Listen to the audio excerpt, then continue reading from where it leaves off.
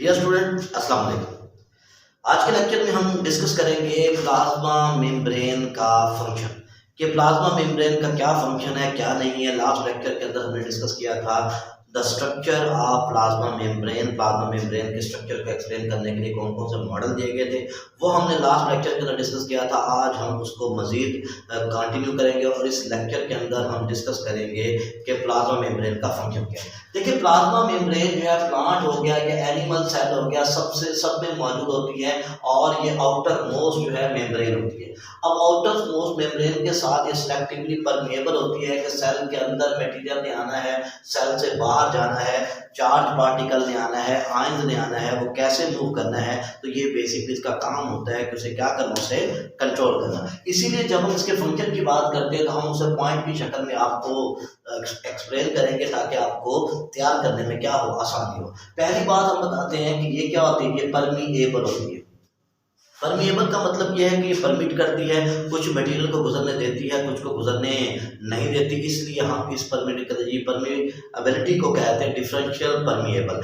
यानी कि कुछ को ये गुजरने देगी, कुछ को गुजरने नहीं देगी, क्योंकि लिपिड बाई लेयर होती है। तो लिपिड वाले जो कंपाउंड हैं वो आसानी से गुजर सकते हैं, न्यूट्रल भी गुजर सकते हैं। लेकिन जो चार्ज होंगे उन्हें गुजरना होगा मेम्ब्रेन के न्यूक्लियर चार्ज पोर्ट से, और इसलिए कुछ गुजरेंगे कुछ नहीं गुजरेंगे। इसलिए हम इसे कहते हैं ये परमीएबल तो है, लेकिन ये सबके लिए परमीएबल नहीं है, ये डिफरेंशियल परमीएबल, या हम इसे कहते हैं कि ये क्या होती है, सेमी परमीएबल है। यानी कि कुछ को गुजरने देगी, कुछ को गुजरने नहीं देगी। फिर इसका दूसरा काम होता है, ये बैरियर के तौर पे काम करती है। ये एज ए बैरियर है बिटवीन सेल कंटेंट, सेल के अंदर जो कंटेंट है और जो एनवायरनमेंट है उसके दरमियान ये बैरियर है, ताकि एनवायरनमेंट जो है सेल के कंटेंट्स पर, माइटोकॉन्ड्रिया, गाल्गी बॉडी और दूसरे ऑर्गेनेल पर डायरेक्ट इफेक्ट ना कर सके। और इस तरह जो सेल ऑर्गेनेली है, सेल के कंटेंट है, वो एनवायरनमेंट के साथ डायरेक्ट इंटरेक्शन ना कर सके, इसलिए ये एज ए बैरियर के तौर पर काम करती है।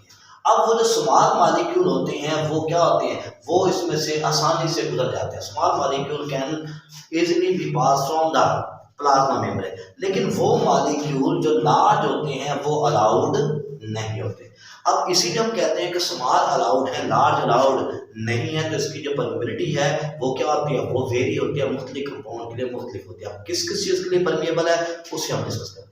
पहली बात, लिपिड मॉलिक्यूल, क्योंकि लिपिड बाई लेयर होती है, लिपिड मॉलिक्यूल आसानी से इसमें से गुजर जाते हैं, तो हम कहते हैं कि ये परमिएबल है टू द लिपिड मॉलिक्यूल। इसके अलावा जो न्यूट्रल होते हैं, न्यूट्रल मतलब जिन पे कोई चार्ज नहीं होता, वो मॉलिक्यूल भी इसमें से आसानी से गुजर जाती है।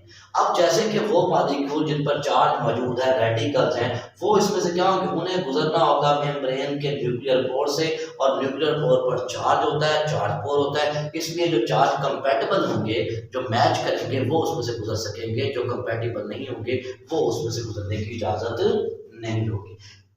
इसी तरह जब हम बात करते हैं कि बहुत सारे मटेरियल को सेल में इंटर होने की और लीव होने की इजाज़त नहीं होती, क्यों? क्योंकि प्लाज्मा मेम्ब्रेन उनको जो है वो रोकती है, कुछ को अलाउ करती है। जो फेवरेबल होते हैं, जो ज़रूरी होते हैं, उन्हें अलाउ कर देती है, जो नहीं होती उन्हें नहीं करती। लेकिन वो सब्सटेंस जो नीड नहीं होती सेल मेम्ब्रेन, जिसकी नीड नहीं है सेल को, तो उनके ना आने पे कोई टेंशन होती है ना जाने पे, तो उनके लिए फ्रीली परमिएबल होती है। Those molecules which are not need by plant, क्या होता है, need by cell, they are easily can pass from the cell membrane, तो गुजर सकते हैं। अब उसके लिए क्या होता है, उन्हें फॉलो करना पड़ता है पैसिव ट्रांसपोर्ट को। देखिए, ट्रांसपोर्ट दो किस्म की है। एक हमारे पास होती है पैसिव ट्रांसपोर्ट।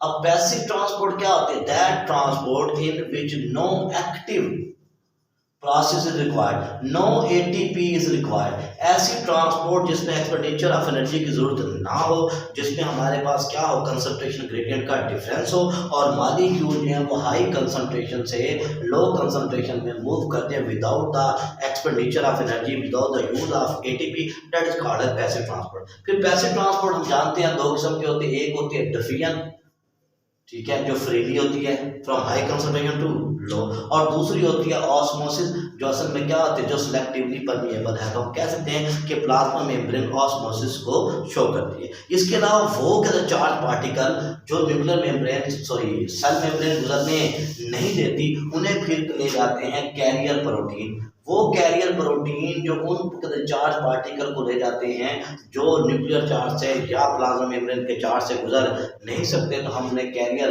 प्रोटीन कहते हैं।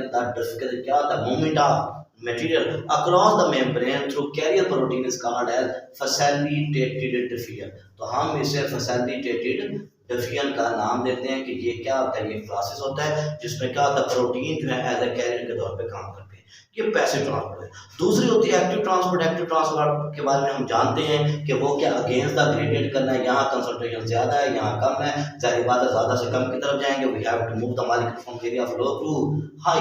जब हमने इसे लो से हाई लेके जाना है तो डेफिनेटली हमें क्या करना पड़ेगा, हमें एटीपी या एक्सपेंडिचर ऑफ एनर्जी यूज करना पड़ेगा। हम उसे कहेंगे ये एक्टिव ट्रांसपोर्ट है। इसके अलावा जिसका फंक्शन होता है वो होता है मैकेनिकल सपोर्ट। ये सेल को शेप देती है। एनिमल सेल में क्योंकि सेल वॉल नहीं होती, इस तरह जो सीरिएट्स हो गए या पैरामीशियम हो गए, यूनिसेलुलर अमीबा वगैरह हो गए, तो उनको ये शेप भी मुहैया करती है, साथ ही उन्हें क्या करते हैं, सपोर्ट भी करती है, इन्वायरमेंट से उन्हें प्रोटेक्ट भी करती है। तो ये हम कहते हैं इसे सपोर्ट को, मैकेनिकल सपोर्ट करना, शेप को मेंटेन करना भी इसका काम होता है। इसके अलावा जिसका फंक्शन होता है वो होता है साइटोसिस। अब साइटोसिस क्या होता है? ये फर्ज करें प्लाज्मा मेम्ब्रेन है, मटेरियल ने सेल के अंदर जो है वो एंटर होना है या सेल से बाहर की तरफ मूव करना है। तो मटेरियल जब सेल के अंदर आएंगे या बाहर आएंगे, हम कहेंगे material of movement in the form of vacuole. ये वैक्यूल की शक्ल में, पाउच की शक्ल में अंदर आएंगे और ये पाउच की शक्ल में ही क्या होंगे, ये बाहर की तरफ निकलेंगे। तो हम कहेंगे कि ये साइटोसिस है, the movement of material across the plasma membrane inside और outside in the form of vacuole is called as cytosis. तो हम उसे क्या कहते हैं, साइटोसिस का नाम देते हैं। अब साइटोसिस में अगर मटेरियल बाहर से अंदर आ रहे हैं तो हम उसे कहते हैं कि क्या एंडोसाइटोसिस है। ठीक हो गया। अगर ये अंदर से बाहर की तरफ जा रहे हैं तो ये है एक्सोसाइटोसिस। तो साइटोसिस दो किस्म की होती है, एंडोसाइटोसिस या एक्सोसाइटोसिस। अब फिर देखा जाता है कि जो मटेरियल अंदर आ रहे हैं या बाहर जा रहे हैं, वो मटेरियल की जो है वो यानी कि हम कह सकते हैं उसे कंपोजिशन क्या है, क्या वो सॉलिड है, क्या वो लिक्विड है। अगर वो मटेरियल जो है वो सॉलिड है, सॉलिड मटेरियल एंटर हो रहे हैं, तो हम उसे कहेंगे कि ये क्या है, ये है फैगोसाइटोसिस। फैगो का मतलब ये होता है किसी चीज को इनगल्फ करना। The movement of solid material is called as phagocytosis. और इसी तरह हम देखते हैं कि मूवमेंट जो है किसकी है, अगर वो मूवमेंट्स है लिक्विड मटेरियल की, और लिक्विड मटेरियल जो है वो अंदर की तरफ एंटर आ रहे हैं, वो हार्मोन हो सकते हैं, कोई केमिकल हो सकता है, जब वो अंदर की तरफ आ रहा है तो हम उसे कहते हैं कि ये क्या है, ये है, ठीक है ना, पाइनोसाइटोसिस। अब पाइनोसाइटोसिस हो या फैगोसाइटोसिस हो, ये अगर इनसाइड आ रहे हैं तो ये एंडोसाइटोसिस के ही टाइप है, और अगर ये सेल से बाहर जा रहे हैं तो ये क्या है, ये हमारे पास एक्सोसाइटोसिस की अमल है। अब अगला काम जो होता है वो इसका एक और होता है, वो होता है कंडक्शन ऑफ नर्व। अब जाहिर बात है हम नर्वस सिस्टम की बात करते हैं तो नर्वस सिस्टम का जो यूनिट होता है वो क्या होता है, वो होता है न्यूरॉन। अब न्यूरॉन मौजूद है तो न्यूरॉन की मेम्ब्रेन भी तो क्या है, असल में प्लाज्मा मेम्ब्रेन ही है। तो ये क्या करते हैं, ये नर्व को कंडक्ट करती है और कोऑर्डिनेशन पैदा करती है। तो हम कह सकते हैं conduction of nerve in neuron to make the coordination is also a function of plasma membrane. तो ये आज हमारा लेक्चर था जिसके अंदर हमने प्लाज्मा मेम्ब्रेन के जो है वो स्ट्रक्चर को डिस्कस किया। नेक्स्ट लेक्चर के अंदर इंशाल्लाह हम सेल वॉल और साइटोप्लाज्म को देखेंगे।